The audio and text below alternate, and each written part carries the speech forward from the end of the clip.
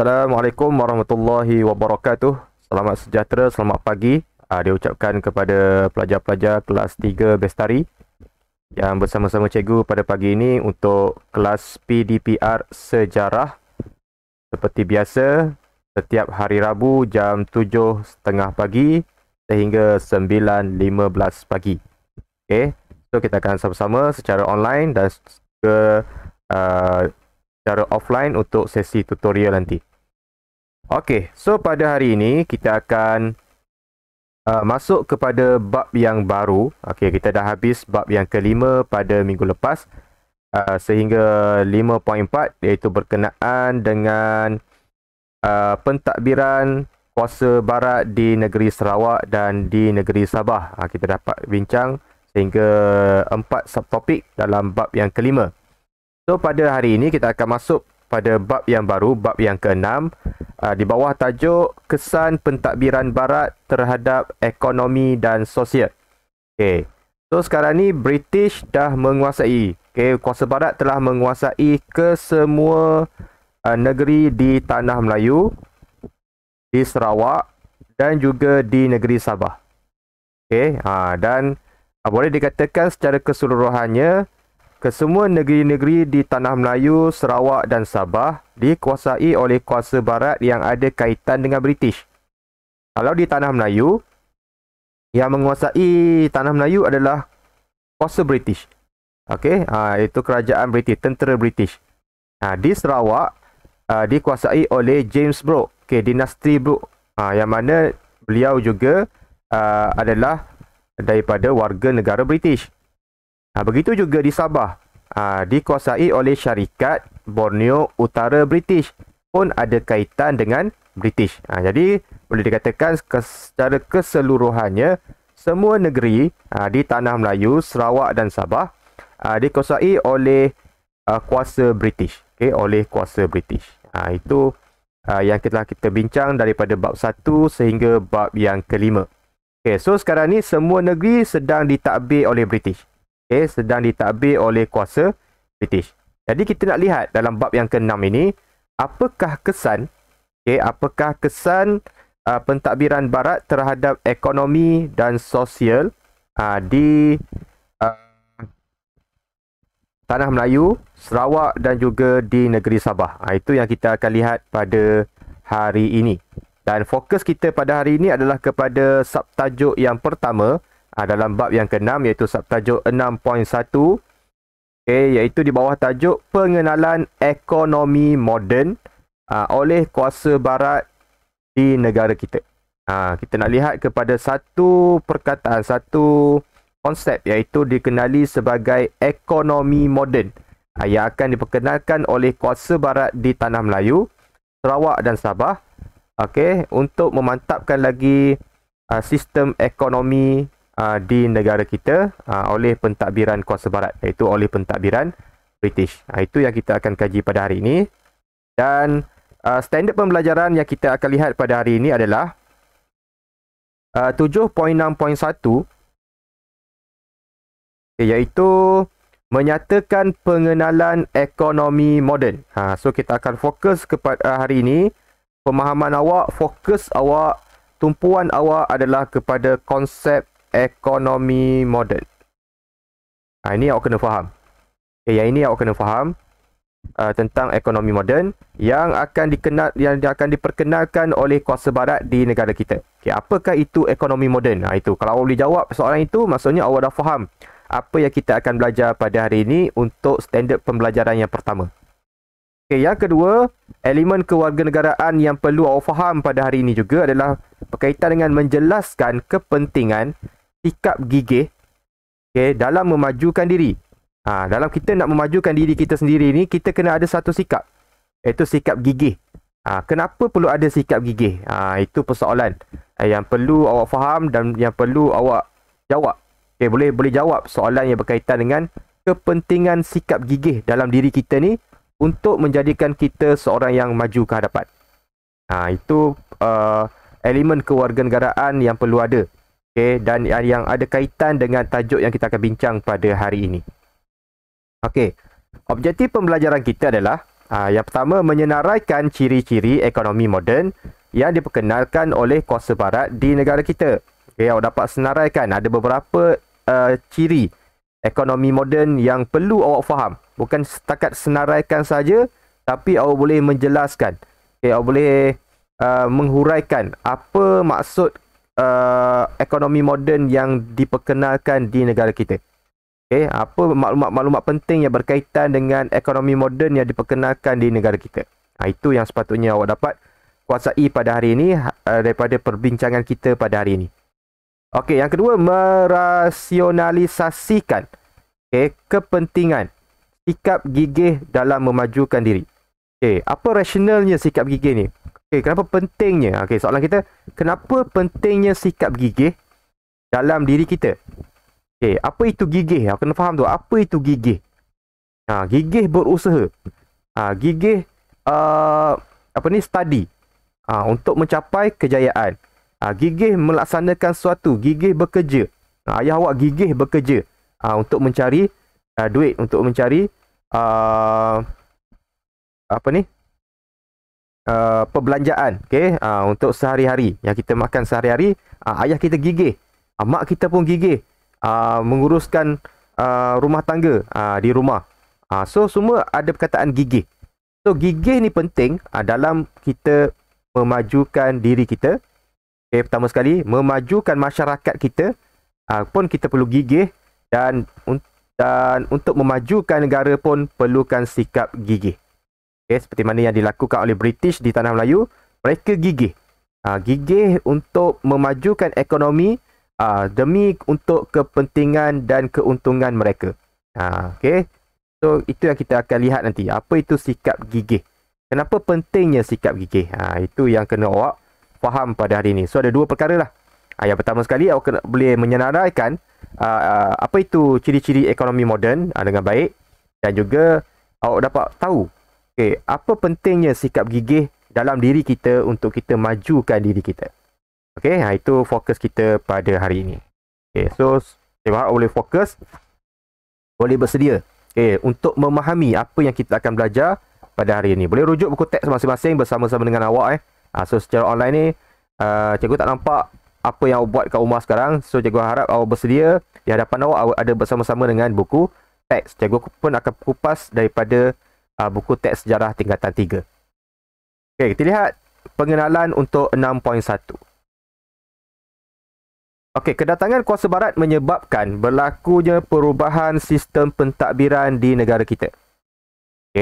Bila kuasa barat datang, British datang ke semua negeri, berlakunya corak sistem pentadbiran. Kalau sebelum ni kita ditadbir oleh sistem kesultanan, Kesultanan Melayu yang diketuai oleh Sultan, tapi selepas kedatangan kuasa barat, telah ada campur tangan daripada kuasa barat dalam pentadbiran. Adanya jawatan-jawatan yang diperkenalkan oleh kuasa barat di negara kita. Tempoh tersebut menandakan permulaan perubahan bentuk ekonomi dan sosial di negara kita. Kalau kita lihat, banyak perubahan-perubahan yang dibuat. Kalau dulu tak ada sekolah, dah ada sekolah, dah ada bangunan-bangunan yang moden, dah ada jalan raya, dah ada sistem pengangkutan yang lebih moden, ada teknologi-teknologi yang lebih moden untuk membangunkan ekonomi. So banyak perubahan yang dibuat dalam tempoh kedatangan kuasa barat di negara kita. Semasa pemerintahan British, mereka telah memperkenalkan sistem ekonomi moden. Mereka telah memperkenalkan sistem ekonomi moden. Ni yang kita nak fokus hari ini lah. Yang kita nak faham pada hari ini, yang lebih mementingkan keuntungan. Dia pentingkan keuntungan dan pengumpulan harta. Ekonomi moden ni dia pentingkan keuntungan. Siapa yang pentingkan? British lah. British yang pentingkan keuntungan dan pengumpulan harta melalui proses penukaran barang, jual beli, serta pembayaran-pembayaran yang lain yang diuruskan dalam negara. Dalam konteks yang luas, iaitu dalam sistem ekonomi di negara kita yang melibatkan ekonomi. Sistem ekonomi moden ini berasaskan beberapa ciri. Okey, seperti mana yang tersenarai di bawah ini. Ini merupakan ciri-ciri ekonomi moden yang perlu awak faham, yang perlu awak tahu dan boleh senaraikan. Okey, ini adalah ciri-ciri ekonomi moden. Okey, so kita lihat apa itu ciri-ciri ekonomi moden yang diperkenalkan di negara kita oleh kuasa barat. Okey, kita lihat satu persatu. Okey, kita lihat yang pertama dulu. Yang pertama kita ambil ni, modal. Yang pertama, ciri-ciri ekonomi moden yang diperkenalkan adalah so bila dia ekonomi moden, ekonomi yang nak dibuat oleh British ni adalah ekonomi yang dapat menghasilkan keuntungan. Bila dapat menghasilkan keuntungan, maksudnya kat sini dia akan jual hasil-hasil ekonomi yang ada di negara kita kepada perdagangan antarabangsa, kepada negara-negara lain, untuk mereka dapatkan keuntungan. So bila kita sebut keuntungan, British tak nak keuntungan yang kecil. Dia nak keuntungan yang besar, secara besar-besaran. Sebab dia kata Tanah Melayu ni memang berpotensi ada hasil-hasil galian, ada hasil-hasil yang boleh membawa keuntungan yang besar. Sebab tu dia berebut-rebut untuk dapatkan Tanah Melayu, untuk meluaskan kuasa di Tanah Melayu, Sarawak dan juga Sabah. Sebab ada hasil-hasil yang boleh mengaut keuntungan yang sangat besar di negeri-negeri ini. Sebab itulah dia ubah sistem kepada ekonomi moden, untuk dapatkan keuntungan, untuk mengaut keuntungan secara besar-besaran. Jadi untuk mengaut keuntungan secara besar-besaran, dia kena yang pertama sekali, ciri-ciri ekonomi moden ni dia perlukan modal yang besar. Diperlukan modal yang besar. Modal duit. Untuk buat sesuatu kita perlukan duit. Kalau tak, macam mana nak kita usahakan sebab tak ada duit. So kita perlukan modal yang besar. Modal yang besar ni akan digunakan untuk industri perlombongan, perlombongan dan juga perladangan. Kita akan lihat dalam dua konteks ini, perlombongan dan perladangan. Untuk tujuan ekspor. Untuk tujuan ekspor. Adalah penting adalah ekspor. Faham tak apa itu ekspor dan import? Siapa boleh beritahu cikgu apa itu ekspor dan apa itu import? Kena faham ni. Ada pelajar yang tak faham. Ekspor tu apa? Import tu apa? Siapa boleh beritahu? 3 bestari. Siapa boleh respon? Silakan. Ekspor tu apa? Cikgu panggil seorang lah untuk jawab. Apa yang awak faham tentang ekspor? Siapa ada kat sini? Tan Yuyu ada Tan Yuyu. Apa yang awak faham tentang ekspor, Tan Yuyu? Ikut kefahaman awak je. Ikut kefahaman awak. Tak kisah. Betul salah nombor 2. Ikut kefahaman awak. Apa yang awak faham tentang ekspor? Boleh respon di Telegram ataupun secara voice chat. Boleh. Mana? So bila kita sebut modal yang besar ni digunakan dalam silakan. Ada boleh dengar. Ekspor ialah barang yang negara lain dalam negara kita. Barang yang negara lain dalam negara kita. Contohnya? Dan import ialah barangan negara kita pergi negara keluar. Terima kasih Tan Yuyu. Tan Yuyu kata import dia kata barang negara kita pergi ke luar, pergi ke negara lain, dan ekspor barang negara lain pergi ke negara kita. Betul ke salah?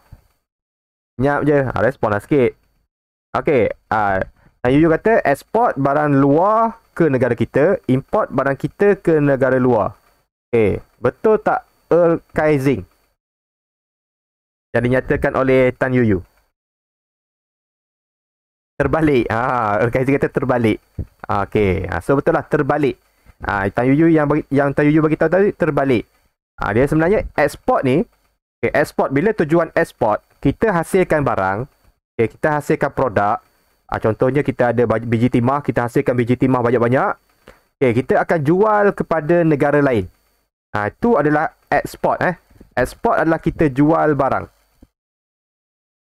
Ekspor adalah kita jual barang. Kepada orang lain. Import barulah kita beli barang daripada luar ke negara kita. Import adalah kita beli barang. Ni ayat yang mudah lah je pakai ayat yang mudah. Export, kita ada barang, kita jual barang kepada negara lain, keluar barang keluar. Import adalah masuk. Okay, kita beli barang, kita tak ada barang itu, kita beli daripada negara lain barang tersebut. Itu adalah import. Okay, boleh faham Boleh, tanya you. Okay, yang lain pun boleh faham Itu adalah export dan import. Kita belajar ekonomi sikit hari ni. Ni kena ingat. Okey, kita teruskan. So yang pertama sekali ciri-ciri dia, untuk mewujudkan satu ekonomi moden di tanah Melayu, British perlukan modal yang besar. Modal yang besar untuk tujuan ekspor. Untuk tujuan ekspor. Dia hasilkan industri perlombongan, perdagangan, ada produk yang banyak, hasil yang banyak. So, hasil-hasil tersebut dia akan jual kepada negara-negara yang lain. Itu yang pertama. Tindakan yang kedua, ciri-ciri ekonomi moden yang kedua adalah penggunaan teknologi yang moden. Nanti kita akan jelaskan satu persatu. Cikgu akan jelaskan lebih detail lagi macam mana dia diuruskan. Penggunaan teknologi yang moden. Untuk menghasilkan suatu produk yang memerlukan pengeluaran secara besar-besaran, dia tak boleh guna secara tradisional. Dia tak boleh. Kalau contohnya kalau perlombongan tu, kalau tradisional kita melampan, kita mendulang biji timah. Pakai dulang kecil tu macam kuali tu, kita pun ayat dapatlah biji timah sikit. Lepas tu kita ayat lagi, kita ambil dulang, kita pun kita pusing-pusing-pusing, hasilnya ada biji timah di bawah tu. Itu secara tradisional. Jadi untuk hasilkan produk, untuk hasilkan pengeluaran secara besar-besaran, kalau guna kaedah itu memang lambat. Memang menghasilkan produk dapat hasil, tapi dalam tempoh masa yang sangat panjang. So merugikan kuasa barat, merugikan British yang nak jual barang-barang tersebut. Sedangkan permintaan tu mendesak. Memang banyak negara perlukan biji timah. Contohnya, banyak negara perlukan biji timah. Kalau lambat, rugi. Nanti kuasa-kuasa negara-negara lain ni akan beli daripada negara-negara yang lain. Jadi British akan rugi. Jadi untuk menghasilkan produk itu dengan lebih cepat dan dalam kuantiti yang banyak, so kena gunakan teknologi yang lebih moden, untuk hasilkan produk-produk tersebut. Contohnya melalui kilang, menggunakan jentera-jentera yang moden, tanam secara besar-besaran, secara ladang, bukan secara kebun-kebun kecil, untuk mengaut keuntungan yang lebih besar, untuk menghasilkan produk ataupun pengeluaran yang lebih besar. Itu yang kedua. Teknologi moden. So yang pertama tadi kita sebut adalah modal. Ni kau kena ingat lah. Kata kunci dia adalah modal. Yang kedua adalah teknologi moden. Yang kedua adalah teknologi moden. Yang ketiga, bila ada teknologi, bila ada kawasan yang luas, kita perlukan pekerja. Kita perlukan pekerja yang ramai. Tenaga buruh yang ramai. Yang ketiga adalah tenaga buruh yang ramai. Itu kata kunci dia. Kita perlukan pekerja. Ada teknologi, ada kilang, ada ladang yang luas. So kalau tak ada pekerja, bolehkah dia diuruskan dengan cepat? Bolehkah dia diuruskan dengan baik? Kilang tersebut, ladang tersebut. Tak boleh sebab tak ada pekerja. Siapa yang nak uruskan? Takkan British seorang-seorang, pegawai dia seorang-seorang nak pergi bercangkul, nak pergi korek tanah, dapatkan biji timah. Takkan dia nak uruskan seorang-seorang. So dia perlukan buruh yang ramai. Sebab itulah nanti dia akan bawa masuk buruh-buruh yang ramai ke tanah Melayu untuk bekerja di sektor perlombongan dan perladangan. Yang keempat, yang diperlukan untuk ciri-ciri ekonomi moden adalah pengeluaran secara besar-besaran. Jadi bila dia ada pekerja yang ramai, dia ada tanah yang luas, dia ada kawasan yang luas, dia ada kilang, dia ada jentera-jentera yang canggih. Jadi dia dapat hasilkan pengeluaran dalam skala yang besar. Skala yang besar. Bukan sikit-sikit. Ekonomi moden bukan hasilkan sikit-sikit. Kalau sikit-sikit, dia ekonomi tradisional. Dia beza dia, kalau ekonomi tradisional dia keluarkan hasil juga, tetapi secara kecil-kecilan. Dapat hasil cukup untuk makan hari itu.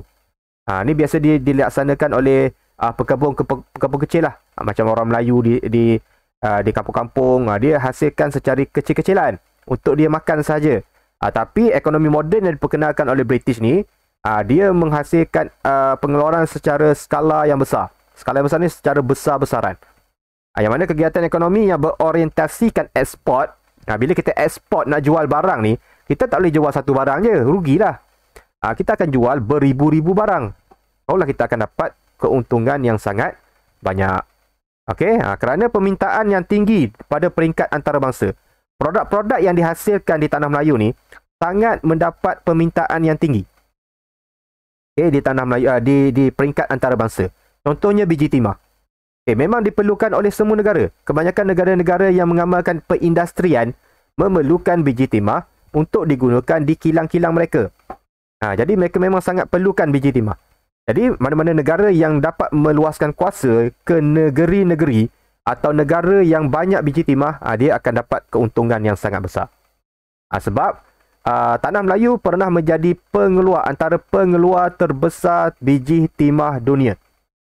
Okey, yang kedua terbesar ke yang pertama?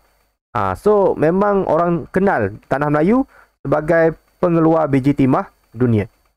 Selain daripada getah. Getah pun sama. Kita ada dua, biji timah dan getah, yang merupakan pengeluar hasil di peringkat dunia yang antara yang tertinggi. Okay, yang pertama ataupun yang kedua. Tertinggi di dunia, bukan di Malaysia, di dunia. So memang terkenal negara kita pada ketika itu. Okey. Itu yang keempat, pengeluaran secara besar-besaran. Dan yang kelima adalah kita perlukan tanah. Okay, kita perlukan tanah yang luas. Okay, perlukan tanah yang luas. Jadi nak hasilkan satu produk, nak hasilkan suatu barang, kita perlukan kilang. Kilang pun kita perlu bina di kawasan tanah yang luas. Kita nak hasilkan tanaman secara besar-besaran, secara ladang, pun kita perlukan tanah yang luas. Okay, untuk keperluan tanaman ladang secara besar-besaran. Dia perlukan tanah. Kalau tak ada tanah, ada pekerja, ada teknologi, tanah tak ada nak tanam sesuatu. Contohnya kita nak tanam getah. Okay, tak ada tanah. So macam mana nak tanam? Takkan nak tanam pasu je. Tanam pasu kat rumah-rumah je. Jadi itu bukan secara besar-besaran. Itu secara kecil-kecilan. Jadi bila secara besar-besaran, kita akan anggap macam ladang. Kalau kita naik highway plus sekarang ni, kita lalu tepi jalan tu ada ladang getah, ladang kelapa sawit. Itu kita panggil ladang, yang diuruskan oleh syarikat-syarikat yang besar. Okey, untuk mendapatkan keuntungan yang sangat besar. Jadi kita perlukan tanah kat situ. Jadi inilah 5 ciri-ciri ekonomi moden yang perlu awak tahu. Ini secara umumnya. Nanti kita akan lihat, awak akan faham lagi apa yang berlaku di tanah Melayu dari segi modal, teknologi moden apa yang digunakan, tenaga buruh dari mana yang diambil, pengeluaran skala besar tu besar mana, banyak mana kita dapat hasil, dan tanah yang luas. Okay, kita akan lihat nanti dalam satu persatu, kita akan huraikan satu persatu. Okay, setakat ni ada apa-apa soalan nak tanya? Boleh faham tak? Kalau faham, ni kat Telegram Kalau faham, cikgu nak awak upkan love di Telegram. Ramai-ramai. Yang ada pada hari ni, kita ada berapa orang ni? Ramai ni. 1 2 3 4 5 6 7 8 9 10 12 13 14 15 16 orang. Ramai bagus. Okey. Bagus, satu peningkatan yang baik daripada 3 bestari. Okey, kalau faham, upkan love di Telegram sekarang. Biar terdetik rakan-rakan kita yang tak masuk online ni. Apa benda ni? Banyak love kat grup ni. Okey, tandakan love. Okey, cepat. Tanda awak faham tanda awak faham. Kalau tak ada love, maksudnya awak tak faham. Okey, kita dah ada. Okey, kita dah ada beberapa love kat situ.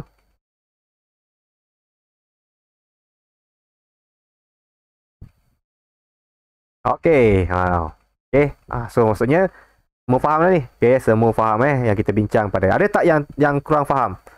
Ni kita ada berapa love ni? 1 2 3 4 5 6, 7, 8, 9, 10. Oh, bawah 10 ni ada lagi. Oh, ada tambahan lagi bawah. Okey. Jadi ada apa-apa soalan Tak ada soalan nak tanya? Okey, so kalau tak ada soalan, cikgu boleh teruskan Cikgu boleh teruskan. Okey, so kita lihat. Okey, kita lihat ciri yang pertama. Okey, kita lihat ciri yang pertama iaitu dari segi modal. Okey, dari segi modal. Okey. So kena faham faham betul-betul. So yang tadi 5 perkara ni awak kena ingat. So awak ingat 5 perkara ni, awak dah mencapai objektif yang pertama tadi. Menyenaraikan ciri-ciri ekonomi moden dengan baik. Cuma sekarang kita nak faham je apa yang dimaksudkan dengan modal, apa yang dimaksudkan dengan teknologi moden, teknologi apa yang digunakan, supaya kita akan lebih faham. Okey, kita lihat yang pertama modal modal. Okey. Pembangunan ekonomi moden memerlukan pelaburan modal yang besar. Memerlukan pelaburan modal yang sangat besar. Itu yang diperlukan dari luar negara dan modal tempatan daripada pelabur-pelabur daripada luar negara ataupun daripada modal tempatan yang sedia ada. Modal yang besar diperlukan untuk mempertingkatkan proses pengeluaran dalam sektor pelombongan dan pertanian supaya memberi pulangan keuntungan yang lumayan kepada pelabur-pelabur Eropah. Jadi bila modal yang besar, kita ada duit yang banyak. Modal ni duit lah. Duit. Kita nak start sesuatu, kita kena ada modal duit. So kalau kita ada duit yang banyak, modal yang banyak, kita boleh hasilkan produk secara besar-besaran. Kita boleh beli barang-barang produk yang kita nak hasilkan secara banyak. Tapi kalau kita ada duit sikit je lah kita boleh hasilkan. Itu je modal. So modal ni dia perlukan untuk ekonomi moden, dia perlukan modal yang besar. So modal ni daripada mana kita nak dapat modal tu? Daripada pelabur-pelabur yang akan melaburkan duit mereka. So pelabur ni pula daripada mana? Daripada dalam, orang British sendiri, ataupun pelabur-pelabur daripada negara-negara lain yang melihat potensi ada.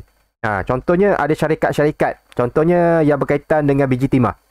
Ada syarikat-syarikat penggali biji timah dunia yang dilihat gitu, bagus ni, tanah Melayu ni berpotensi ni. Kalau aku melaburkan duit kat sini, aku akan dapat untung yang besar. Aku akan dapat untung yang besar. So dia pun melaburkan duit dia ke tanah Melayu. Dia jumpa British, aku nak jadi pelabur di tanah Melayu, aku yang akan uruskan. So dia ada perjanjian. Dia bukannya untung tu diri seorang dapat, dia akan bagilah. British dapat sikit, dia dapat sikit, ada persen-persen dia. So itu pelaburan. Pelaburan. Jadi bila pelabur tu dapat melaburkan dengan lebih banyak, so lebih banyaklah untung yang dia akan dapat. Ini konsep ekonomi konsep ekonomi yang perlu awak faham. So kita perlukan modal. Macam kita lah, macam awak nak jual burger. Awak nak jual burger, awak perlukan modal. Awak dah ada gerai, awak dah ada kuali semua, tapi tak ada duit nak beli barang. Jadi awak kena cari modal. Contohnya, contoh kita ambil Irfan. Irfan ni nak jual burger, tapi dia tak ada duit nak start. Dia pun bincang, Sofiana pun bagi duit sikit modal. Tapi Sofiana kata, nanti kalau ada untung, aku nak sikit untung tu. Itu Sofiana sebagai pelabur. Pelabur, dia dah laburkan duit dia untuk perniagaan Irfan. Irfan pun jual burger. Jual burger laku.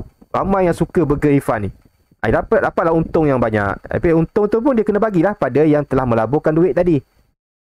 Pada Sofiana contohnya, Akaizing bagi duit sikit untuk dia jual burger. Kena bagilah keuntungan kepada Akaizing, kepada Sofiana. Kalau siapa lagi, Jack bagi duit. So kena bagilah kepada siapa-siapa yang melaburkan duit. Itu kita panggil pelabur. Jadi kalau banyak pelaburan yang diberikan, banyaklah burger yang dapat dihasilkan oleh Irfan. Kalau sikitlah burger yang dapat dihasilkan oleh Irfan dalam satu hari, satu bulan contohnya. Itulah konsep pelaburan yang melaburkan modal, yang memberikan modal kepada British. Ada soalan tak? Boleh faham tak? So antara pelabur-pelabur yang mereka buat adalah, bila mereka dah melaburkan duit, mereka pun bina lombong. Lombong, contohnya lombong emas di Rauk Pahang. Ni lombong petroleum. Ni ada kaitan-kaitan dengan kepakaran mereka lah. Kalau pelabur tu pakar dalam bidang petroleum, mereka akan laburkan duit mereka dalam bidang petroleum dan uruskan sehingga mendapat keuntungan yang banyak. Okey. Lombong Arang Batu di Sabah, ni pun masih ada sekarang sebagai tanda sejarah lah. Okey, tempat-tempat bersejarah di negeri Sabah. Dikenali sebagai Menara Chimney. Dia menggunakan batu bata je dia buat ni, menara ni. So kat sini dia bakar arang batu bakar arang batu. Dia menggunakan 23,000 batu bata untuk membina menara ini. Ni di Sabah. Kalau siapa pernah pergi Sabah, bukan Sabah lah, dia di Pulau Labuan. Siapa pernah pergi Pulau Labuan, dia boleh singgah lah di Menara Chimney ni. Okay. Ni antara pelaburan-pelaburan yang dibuat di tanah Melayu oleh pelabur-pelabur. Kalau pelabur tu berkaitan dengan emas, dia akan laburkan duit dia dalam emas. Kalau pelaburan melibatkan petroleum, dia akan laburkan duit dia dalam petroleum untuk menghasilkan produk, untuk menghasilkan teknologi yang moden dalam pelombongan tersebut. Okey, itu adalah berkaitan dengan modal. Okey, so kita lihat yang pertama sekali pelombongan. Okey, pelombongan. Okey. So, antara modal-modal yang dikeluarkan untuk sektor pelombongan, saya rumuskan kat tepi ni untuk di tanah Melayu. Okey, di tanah Melayu. Okey, apa pelombongan yang ada? Modal-modal dilaburkan dalam bidang apa? Yang pertama sekali adalah emas. Okey, emas kebanyakannya di negeri Pahang. Emas terdapat di negeri Pahang. Rauk Pahang. Ni emas. Okey, ini yang pertama. Okey, emas. Yang kedua, kita ada arang batu. Arang batu. Kalau soalan tanya di mana arang batu, senang je. Arang batu di Batu Arang Selangor. Dia terbalik je. Arang batu di Batu Arang Selangor. Okey, ni arang batu. Okey, yang ketiga kita ada apa? Okey, kita ada biji timah. Okey, kita ada biji timah. Okey. Ni yang paling banyak lah yang paling banyak di tanah Melayu. Kita ada biji timah, terdapat beberapa kawasan yang biji timah seperti di Lukut, Sungai Ujong, Larut dan Kelang. Dalam negeri-negeri Melayu bersekutu kita dah belajar dalam bab yang ketiga. Okey, negeri-negeri Melayu bersekutu. Briti membuka lombong biji timah bawah tanah. Sebagai tambah lagi, dibuka pula lombong biji timah bawah tanah. Yang mana menjadi lombong yang paling panjang dan yang terdalam di dunia. Iaitu di kawasan Sungai Lembing. Di kawasan Sungai Lembing Pahang. Ini merupakan lombong biji timah bawah tanah yang terpanjang dan yang terdalam di dunia. Iaitu di kawasan Sungai Lembing Pahang. So Sungai Lembing Pahang ni, ini adalah biji timah. So jangan tukar Ni adalah biji timah. Yang di Rauk Pahang, ini adalah emas. So dua-dua Pahang. So kena hati-hati. Kalau soalan itu ada perkataan Rauk Pahang, itu adalah soalan yang berkaitan dengan pelombongan emas. Kalau ada Sungai Lembing Pahang, itu adalah yang berkaitan dengan biji timah. So itu je dia punya clue dia. Okay. So selain daripada itu, itu je lah. Okay, itu yang ada di tanah Melayu. Emas, arang batu, dan biji timah. Okay, ni. So, modal-modal akan dilaburkan dalam bidang ini lah. Bidang pelombongan emas, pelombongan arang batu, dan juga pelombongan biji timah. So, yang paling besar adalah biji timah lah. Ni yang paling besar di dunia lah. Okay, yang paling besar di tanah Melayu. Okay, paling besar. Sebab kita pernah menjadi pengeluar biji timah terbesar di dunia. Terbesar di dunia. So, banyaknya biji timah yang terdapat di negara kita. Okey, manakala di Sarawak pula, kita lihat di Sarawak, pelombongan ini kita tengok dari sektor pelombongan. Okey, di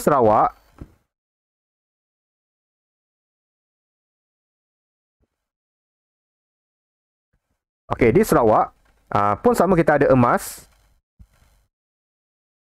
Okey, kita ada antimony. Okey, kita ada juga arang batu. Ada lagi tak? Dan kita ada petroleum. So ada 4 pelombongan yang diuruskan, yang dilaburkan oleh pelabur-pelabur di negeri Sarawak. Okay, kita ada emas, kita ada antimoni, kita ada petroleum, kita ada arang batu. Okay. So nanti awak carilah emas ni di kawasan mana, antimoni di kawasan mana. Ni macam geografi sikit lah. Okay, macam geografi sikit. Okay, manakala di Sabah, kita nak di Sabah pula.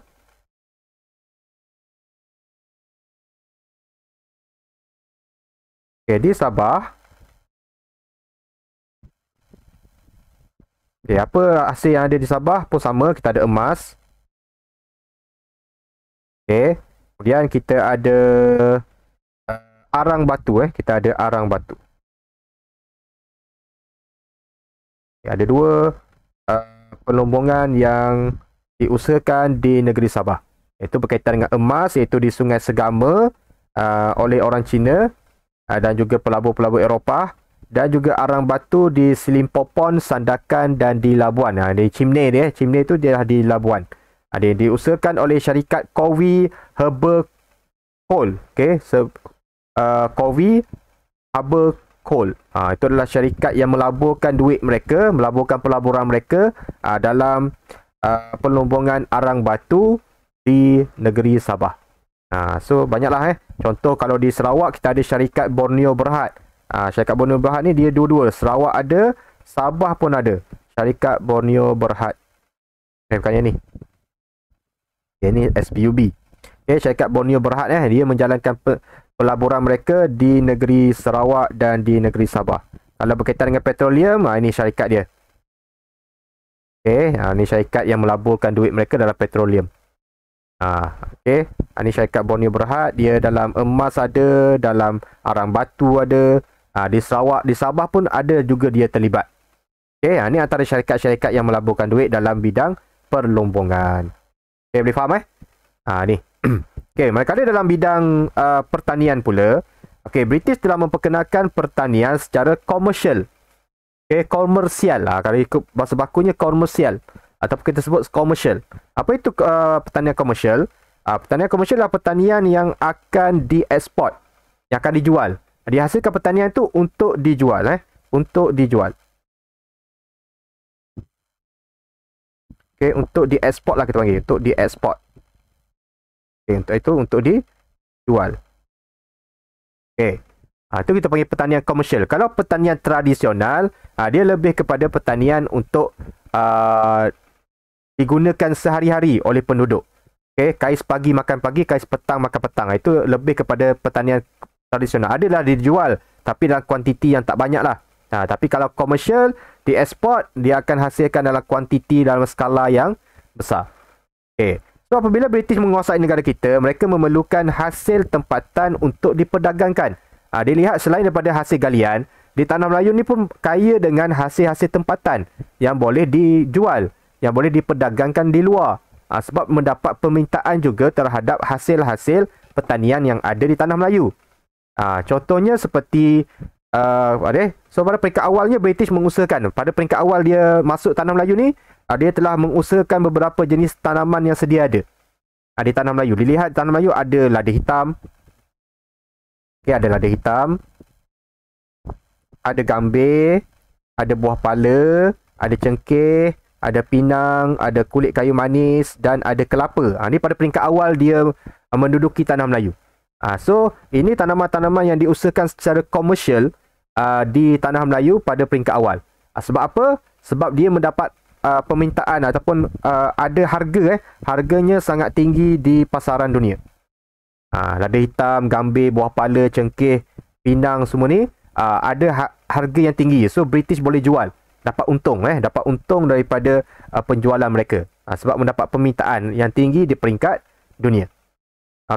Kemudian apa yang dibuat selepas itu di negeri Melayu, kita lihat di negeri Melayu dulu. Penanaman lada hitam, buah pala dan cengkeh di Pulau Pinang dan Singapura untuk tujuan ekspor yang tadilah. Untuk tujuan ekspor. Kemudian dia menanam pula tebu. Selain daripada itu, dia tanam pula tebu. Dia bawa masuk tebu ke tanah Melayu. Dia tanam tebu. Okey, dia tanam tebu pula di tanah Melayu. Okey, kemudian sehingga Seberang Perai terkenal sebagai pusat pengeluaran gula. Gula yang utama di negara kita. Bila tebu dah banyak, diusahakan secara ladang.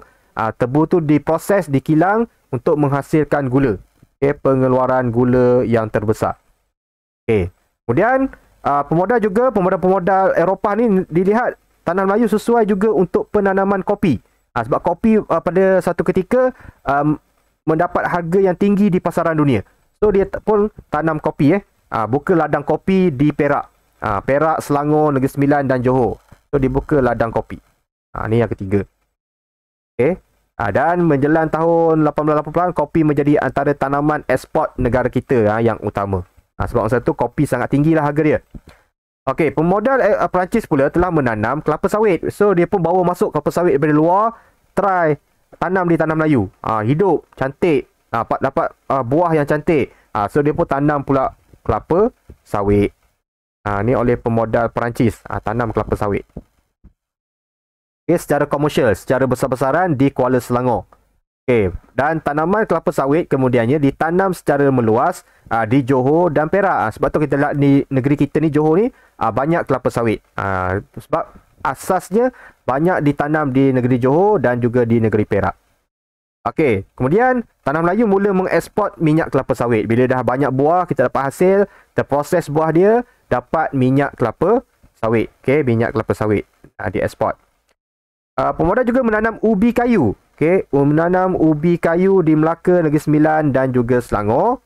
Dan selain itu, tanaman teh. Tanaman teh pun diusahakan di Tanah Melayu. Sebab kita ada kawasan yang tinggi, ada Cameron Highland, ada Genting Highland. So dia kata sesuai. Teh sesuai tumbuh di kawasan-kawasan yang sejuk. So dia bawa teh masuk dan berjaya hidup di kawasan yang sejuk, iaitu di Cameron Highland. Dan teh yang dibawa masuk adalah teh yang bermutu tinggi, dikenali sebagai teh Ceylon. Teh yang dibawa masuk daripada Ceylon, iaitu di Sri Lanka, teh Sri Lanka. Okay, antara syarikat yang terlibat dalam usaha dalam bidang pertanian ni adalah Sime Darby dan juga Guthrie. Okey, itu di Tanah Melayu. Okey, kemudian di Sarawak, kita lihat di Sarawak. Sarawak dia lebih terkenal dengan jaga warnakan warna lain pula Sarawak, kuning. Okey, dia terkenal dengan lada hitam. Okey, di Sarawak kita ada lada hitam dan juga kita ada sagu. Di Sarawak ada dua, ada lada hitam dan ada sagu. Yang diperolehi daripada pokok rumbia. So inilah tanaman-tanaman yang dihasilkan secara komersial di negeri Sarawak. Okay, manakala di negeri Sabah pula, pelaburan dalam bidang penanaman tembakau. Dan juga satu je kot, ada tembakau je. Tembakau je yang diusahakan secara komersial di negeri Sabah.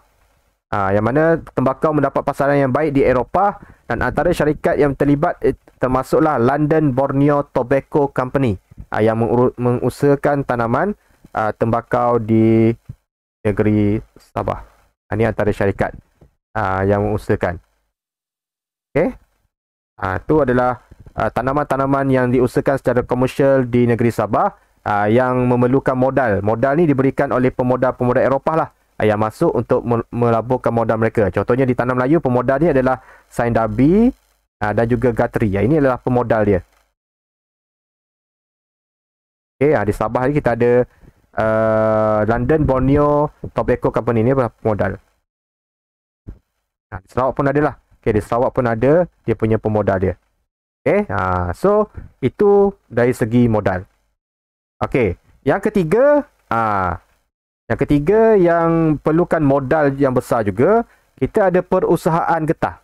Getah pun dibawa masuk ke Tanah Melayu, ditry. Masuk tanam Tanah Melayu, hidup cantik. Dapat menghasilkan getah, pokok getah, dan bila ditoreh menghasilkan getah yang banyak. Jadi mereka pun tanam getah di Tanah Melayu. Perusahaan getah berkembang pesat pada awal abad ke-20. Kenapa dia tanam getah? Sebab masa tu berlakunya kejatuhan harga kopi. Berlakunya kejatuhan harga kopi. Kalau soalan tanya, kenapa getah berkembang di tanah Melayu? Akibat kejatuhan harga kopi di pasaran dunia. Pada hujung abad ke-19. So, kejatuhan kopi ni sebab apa kopi boleh jatuh? Ada juga soalan tanya. Kenapa harga kopi boleh jatuh? Ini disebabkan oleh serangan penyakit. Serangan penyakit. Jatuh, serangan penyakit. Dan juga pengeluaran secara berlebihan oleh Brazil. Kenapa harga jatuh? Terlalu banyak kopi dihasilkan. Bila kopi terlalu banyak, harga akan jadi murah. Biasa barang macam tu lah. Macam sekarang ni musim durian kan? Musim durian. Kalau durian tu sikit, harga durian tu sangat tinggi. Tapi kalau durian tu dah banyak ada, dah banyak bertimbun-timbun, harga durian akan jadi murah. Awak perasan tak? Okay? So macam tu lah juga. Bila kopi dihasilkan secara berlebihan oleh Brazil, banyak kopi di pasaran dunia, harga kopi boleh jatuh. Siapa yang usahakan kopi boleh, tapi untung dia sikit lah. Untung dia tak banyak. Jadi untuk menggantikan kejatuhan harga kopi ni, British telah mengusahakan getah pula di tanah Melayu. Sebab apa kopi jatuh? Okey, disebabkan yang pertama sekali, ni pernah ada soalan serangan penyakit dan juga pengeluaran secara besar-besaran oleh Brazil. Ni antara soalan-soalan yang famous yang pernah keluar. Okey, di tanah Melayu kita lihat penanaman getah di tanah Melayu diusahakan oleh ni syarikat dia, Guthrie, Sime Darby, sampailah kat sini. Ini adalah yang mengusahakan pelabur-pelabur yang melaburkan duit mereka dalam perusahaan getah di tanah Melayu. Dan ladang-ladang getah telah banyak dibuka di Perak, Selangor, Negeri Sembilan dan juga di Negeri Johor. Okay, manakala di Sarawak pula, Brooke, ni Sarawak lain-lain sikit. Dia Brooke, dia tak buka dia tidak menggalakkan pembukaan ladang getah oleh syarikat asing. Bagi melindungi, sebab apa? Bagi melindungi ekonomi penduduk tempatan daripada dieksploitasi. Ni pun pernah keluar dalam soalan Pernah keluar dalam soalan. Kenapa Brooke tidak menggalakkan pembukaan ladang getah kepada syarikat asing?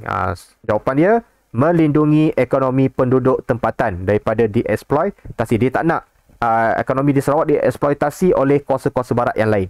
Oleh syarikat-syarikat yang melaburkan duit mereka di negeri Sarawak. So, dia hanya fokuskan kepada satu syarikat je, iaitu kepada syarikat Borneo Berhad. Itu saja yang diberikan hak kebenaran untuk mengusahakan tanaman getah di negeri Sarawak. Dan getah mula menjadi eksport tanaman eksport Sarawak pada tahun 1910. Di Sabah pun sama. Sabah dia ada getah juga. Ditanam di Taman Percubaan Kerajaan di Sandakan. Yang melaburkan duit adalah SBUB sendiri. Sabah memang senang sebab dia diuruskan oleh syarikat SBUB. Jadi SBUB sendiri yang melaburkan modal dalam penanaman getah. Dan antara syarikat-syarikat getah yang lain yang masuk adalah seperti berikut. Inilah British North Borneo Para Rubber, British North Borneo Company, Langkon Borneo Rubber Company Limited. Ini antara syarikat-syarikat yang melaburkan duit mereka di negeri Sabah. Ini nama syarikat-syarikat dia lah. Dan tengok keluasan tanah dia, bukan satu kawasan yang sempit, satu kawasan yang sangat luas. 3,000 ekar, 20,000 ekar. So sangat luas ladang tersebut untuk penanaman getah. So itu adalah berkaitan dengan modal.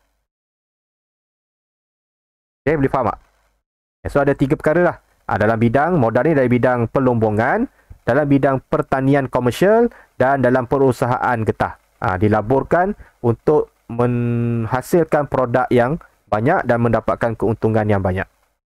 Itu adalah dari segi modal. Yang kedua, tadi sebut teknologi. Teknologi moden digunakan. Yang kedua. So, apa teknologi moden yang digunakan di tanah Melayu? Kita lihat juga dalam bidang, 2 bidang. Kita akan lihat dalam bidang perlombongan dan juga perladangan ataupun pertanian. Kita akan lihat 2. Apa teknologi moden yang digunakan dalam bidang perlombongan? Apa teknologi moden yang digunakan dalam perladangan? Kita lihat perlombongan. Perlombongan terlebih dahulu. Di tanah Melayu, antara teknologi yang digunakan di tanah Melayu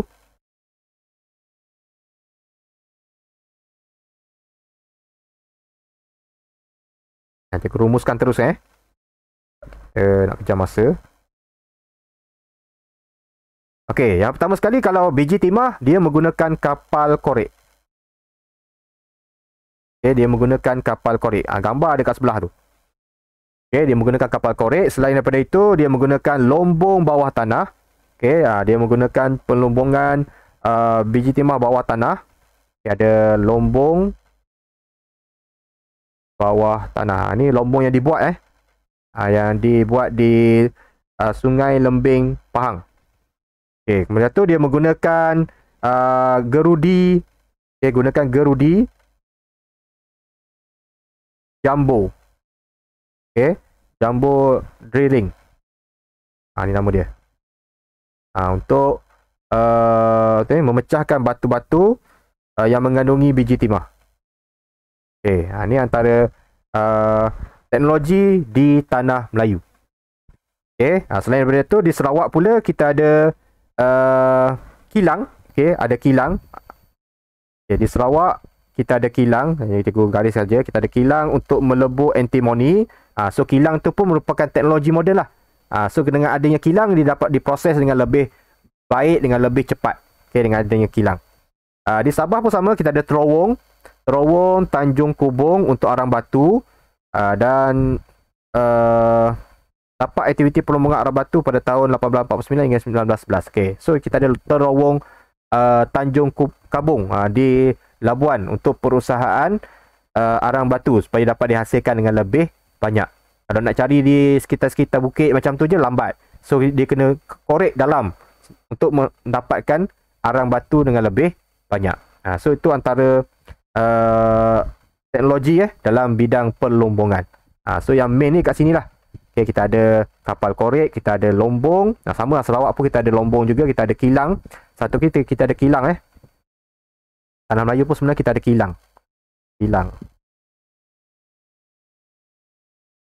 Okay, untuk mengusahakan pelombongan di Tanah Melayu. Kilang biji timah. Kita ada kapal korek akan hasilkan masuk pada kilang untuk proses biji timah dan dihantar ke pelabuhan untuk dijual.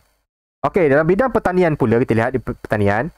Okey, yang pertama sekali kita ada tokoh yang terlibat dalam pertanian adalah H.N. Ridley. Okey, H.N. Ridley. Ni aku kena ingat nama dia ni. Tak nampak warna kuning.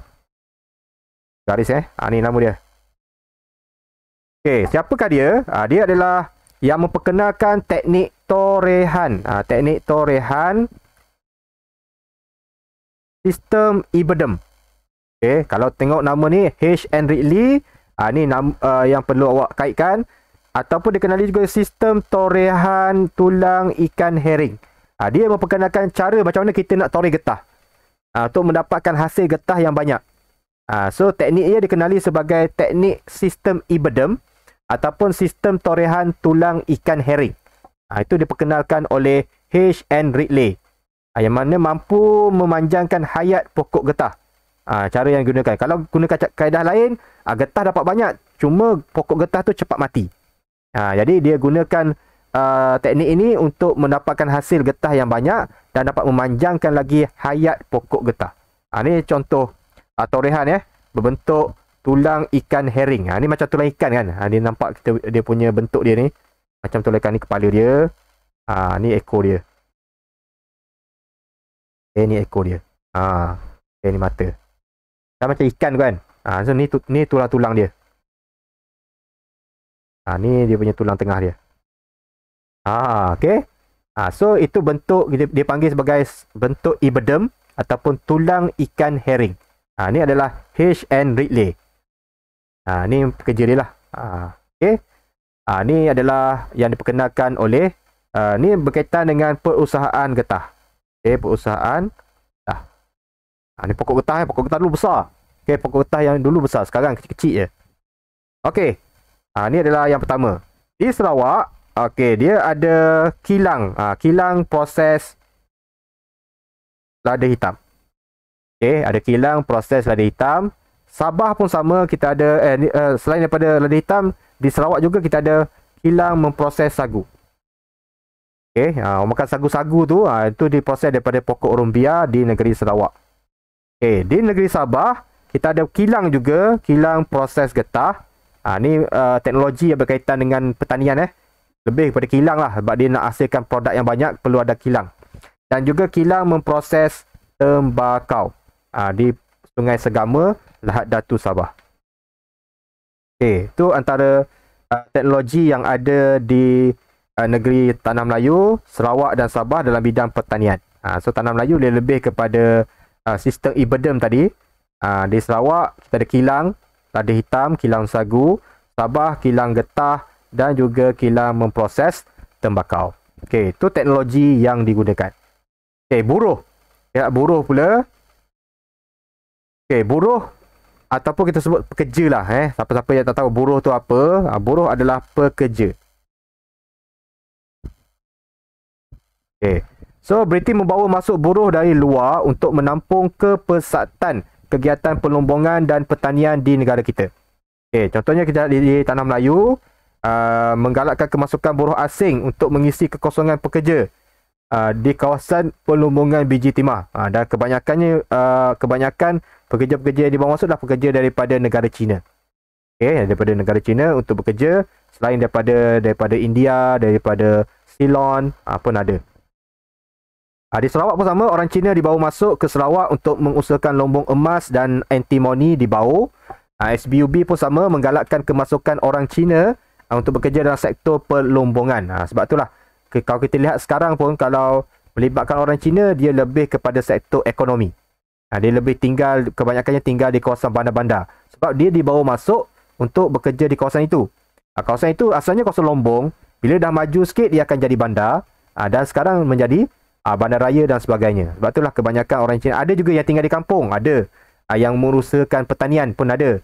Tapi kebanyakan mereka dibawa masuk untuk mengusahakan perlombongan. Okey. Di Sarawak dan ni perusahaan perlombongan.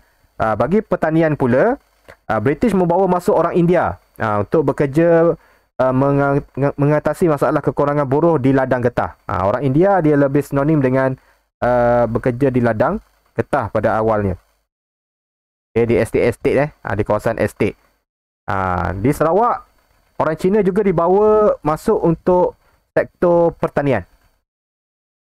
Sektor pertanian yang mana orang Cina Fu Chu dibawa masuk ke Sarawak sebagai buruh ladang. Dia tak ambil orang India, yang ambil orang Cina di Sarawak. Orang Jawa pun sama, pun ada orang Jawa dibawa masuk ke Sarawak untuk bekerja di ladang-ladang getah. Ini di Sarawak. Di Sabah pun sama, orang Cina, orang Cina dibawa masuk ke Sabah untuk bekerja di ladang tembakau.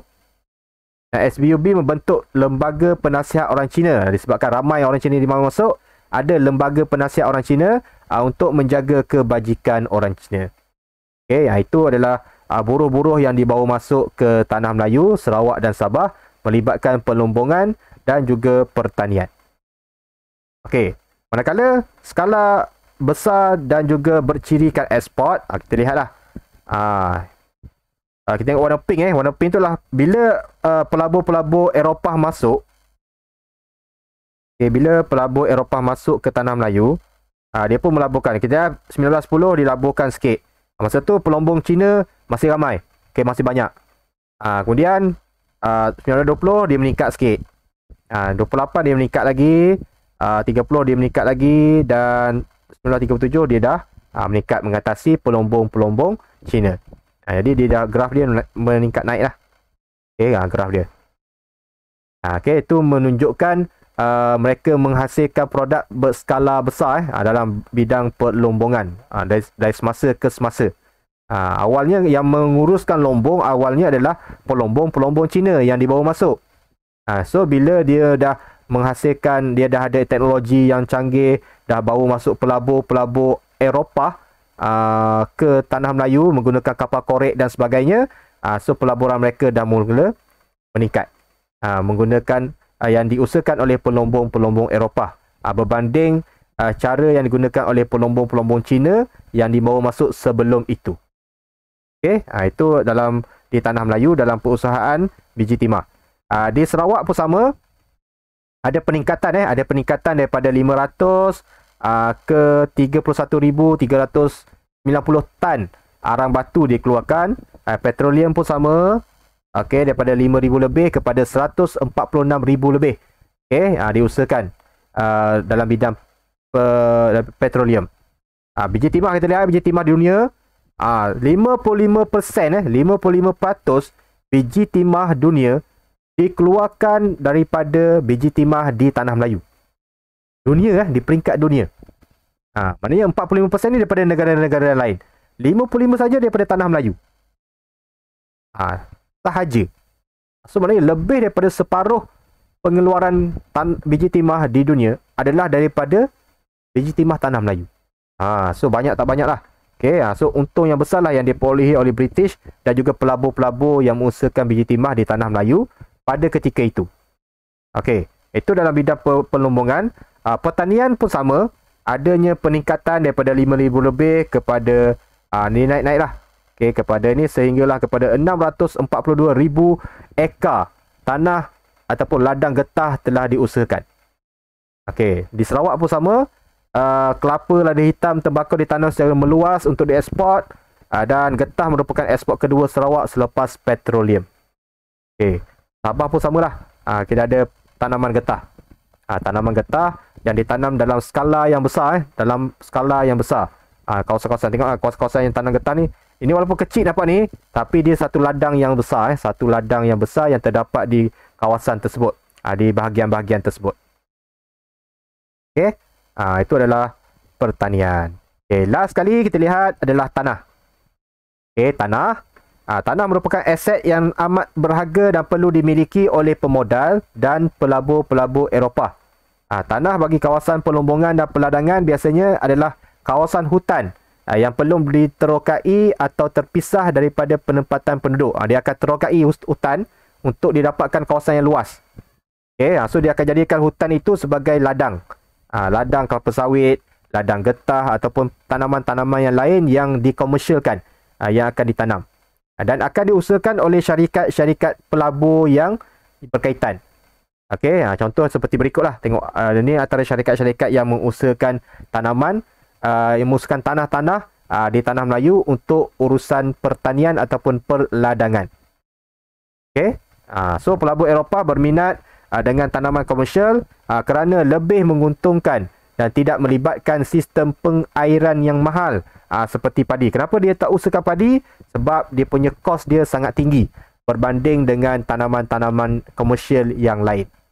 Okay, so dia lebih berminat untuk melaburkan duit mereka dalam tanaman-tanaman komersial yang tadi, yang cikgu sebutkan tadi, berbanding dengan dia melibatkan diri dalam pengusahaan tanaman padi. Sebab dia melibatkan sistem pengairan. Ini yang mahal ni. Sistem pengairan yang mahal dalam tanaman padi. Okay, so habis. Okay, cerita kita dalam 6.1 berkaitan dengan ciri-ciri ekonomi moden yang diperkenalkan oleh British di Tanah Melayu. Okay, so ada 5 semua sekali, iaitu modal. Kita ada teknologi yang moden. Okay, kita ada tenaga buruh yang ramai. Okay, kita ada juga pengeluaran dalam skala yang besar. Dan juga kita memerlukan tanah. Kita, British memerlukan tanah yang luas untuk keperluan tanaman ladang secara besar-besaran. Okay, so cikgu harap boleh ingat 5 ciri-ciri ekonomi moden ini dengan baik. Dan di sini kesimpulan dia kita dapat lihat kegigihan British. Okay, kegigihan dalam dia nak mencapai suatu matlamat dia. Okay, kita perlu ada sikap gigih dalam mengusahakan sesuatu pekerjaan yang mana sangat penting bagi memastikan pulangan lumayan yang akan diperolehi. Untuk dapat untung besar, kita kena gigih berusaha supaya pengeluaran kita pun secara besar-besaran. Kalau kita nak untung besar tapi kita tak ada usaha nak besarkan kita punya modal, nak besarkan kita punya teknologi, so bagaimana kita nak dapatkan untung yang besar? So kita perlu gigih. Jadi kenapa kita perlu gigih? Itu persoalan dia yang cikgu akan buat soalan ini dalam soalan kebat dalam sesi tutorial sebentar lagi. Okay, boleh? Okay, setakat ni ada apa-apa soalan? Okay, kalau faham semua, sila upkan tanda right di Telegram. Okay, sekarang. Tadi love. Sekarang kita nak right hijau pula. Dah ada. Okay, so dah banyak Dah banyak kat situ. Right hijau tu. Wah. Ni right hijau lain macam ni. Okay, so maknanya awak dah faham. Okay, so kita stop kat sini untuk 6.1. Yang penting kat sini awak dah tahu 5, okay 5 ni yang main dia adalah 5 ciri-ciri ekonomi moden yang perlu awak tahu pada hari ini. Okay, 5 ini kena ingat betul-betul, kena faham dan awak dapat senaraikan semula nanti bila ada soalan Okay, itu saja pada hari ini. Terima kasih kepada ramai ini 16 orang. Tahniah. Satu cikgu gembira, ada peningkatan. Cikgu harap kekal lah yang 16 orang ni dapat kekal dan dapat lagi kita invite rakan-rakan kita yang lain untuk join kelas PDP Art dari semasa ke semasa. Okay, terima kasih semua. Okay, Assalamualaikum. Bye-bye.